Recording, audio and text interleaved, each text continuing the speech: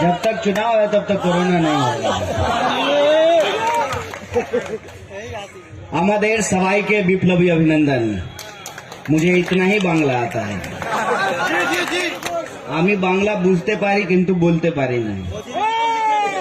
हिंदी में बोले ना। बहुत बहुत शुक्रिया, बहुत बहुत धन्यवाद। मेरी आवाज जहां तक पहुंच रही है, पूर्व मिदनापुर के, कुटासपुर के आप तमाम आदरणीय बुजुर्गों का, माताओं बहनों का, नौजवान दोस्तों का, दुकानदार भाइयों का, मेहनत मजदूरी करके, बिजनेस करके, खून पसीना बहा करके अपना परिवार पालने वाले आप तमाम आम जनों का मैं क्रांतिकारी इस्तकबाल करता हूं, आपका हार्दिक अभिनंदन करता हूं। दोस्तों, मुझे एक्चुअली सैकत को सुनने में बहुत मजा आ रहा था, तो बोला कि आज के जो प्रधान वक्ता हैं वो बात करेंगे, मैं कम बोलूंगा।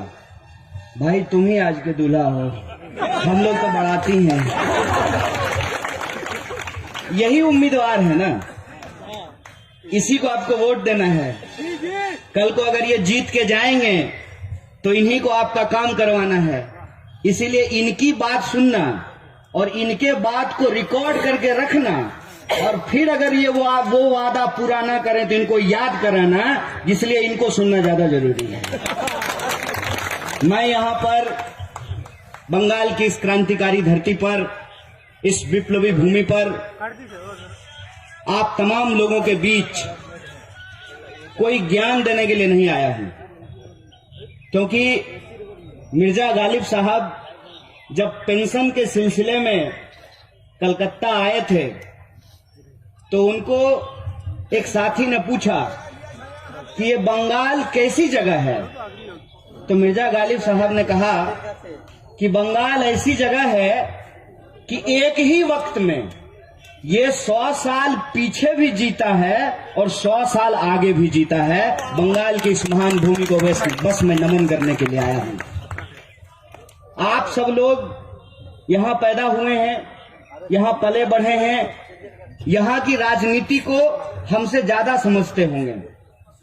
आपने वाम फ्रंट का सरकार भी देखा है, आप दीदी का सरकार भी देख रहे हैं, और जो लोग बदलाव के नाम पर सरकार में आने का दावा कर रहे हैं उनको भी आप बहुत अच्छे से पहचानते हैं। नहीं, जिनका फोटो पहले दीदी के अगल बगल में लगा होता था, आजकल उनका फोटो मोदी के अगल बगल में लगा होता है। यही तो फर्क है। पुराना ही जहर है, नए बोतल में नए पैकेजिंग के साथ आया है।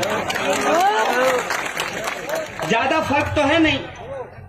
तो आप वोट किसको दीजिएगा उस पे हम कुछ नहीं कहना चाहते हैं, क्योंकि मेरा मानना है कि आप प्रजा नहीं हैं। आप प्रजा नहीं है ना, नागरिक है ना, कोई इस देश में राजा नहीं है ना, कोई रानी नहीं है ना। तो वोट देने का अधिकार आपका निजी अधिकार है। ये निजी अधिकार आप गुप्त तरीके से देते हैं। किसको वोट देना है ये आप 27 तारीख को तय करेंगे और उसका परिणाम 2 मई को आ जाएगा। लेकिन कुछ लोग चुनाव से पहले ही ये दावा करने लगते हैं कि 2 मई को हम ही जीत रहे हैं। बताइए, अगर परिणाम पहले से पता हो तो चुनाव पे लाखों करोड़ों रुपया खर्च करने का क्या जरूरत है? असली मसला क्या है? असली मसला ये है कि ये लोग हम लोगों को, आपको और हमको नागरिक समझना बंद कर दिए हैं। ये नहीं समझते हैं कि हम लोग नागरिक हैं। अरे भाई, वोट हमारा, अधिकार हमारा, देश हमारा, चुनाव हमारा, हम तय करेंगे कि कौन आएगा और कौन जाएगा। तुम कौन हो तो तय करने वाले।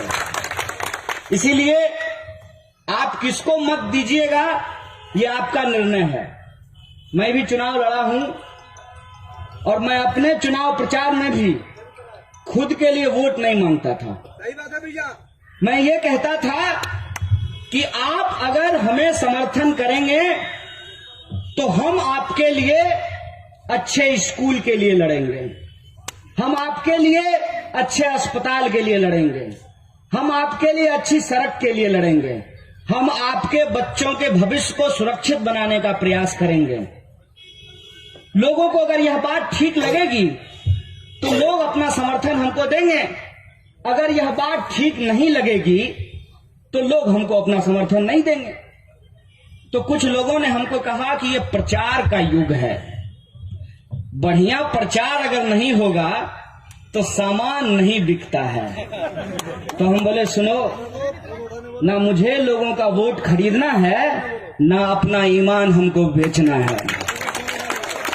हमारी लड़ाई सिर्फ और सिर्फ सत्ता में पहुंच जाने की लड़ाई नहीं है। एक बार हमने सैकत से कलकत्ता में पूछा, जब हम लोग शुरू में मिले थे, भाई टीएमसी में क्यों नहीं हो? तो बोला कल को बीजेपी के साथ चला जाए तब। तो हम बोले तो था ही बीजेपी के साथ। 1998 में तृणमूल कांग्रेस का भाजपा के साथ अलायंस था। दीदी उस वक्त नहीं समझी थी कि यह मोदी क्या चीज है। ये ऐसा आदमी है कि इसको अगर आप अपने घर में खाना खाने के लिए बुलाइएगा तो ये रास्ता देख लेगा, घर का सारा सामान देख लेगा और रात में आकर के सब समेट करके ले जाएगा। दीदी अलायंस की टीएमसी से, बीजेपी से एक ही बात है। अलायंस किया, वो आ गया, देख लिया कौन कौन कहां कहां पैसा चुरा करके रखता है।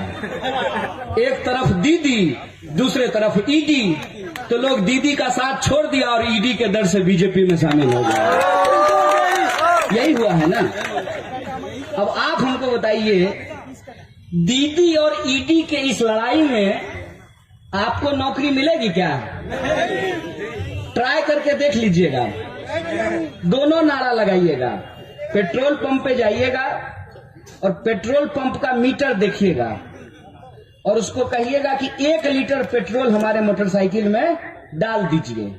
और जब वो तेल डालने लगे तो पहले भाजपा का नारा लगाइएगा, जय श्री राम। फिर टीएमसी का नारा लगाइएगा, जय सिया राम।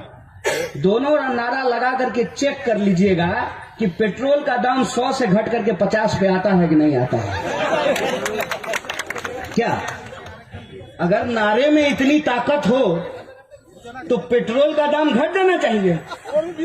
अगर तब भी ना घटे तो सामने ही हंसता हुआ नूरानी चेहरा होगा मोदी जी का।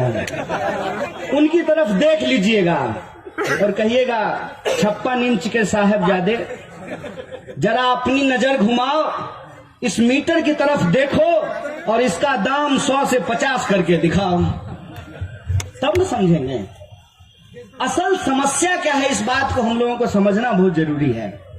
समस्या ये है कि हमारे जीवन की जो वास्तविक समस्याएं हैं, जिसको अंग्रेजी में कहते हैं रियल इश्यूज, उस पे हम लोग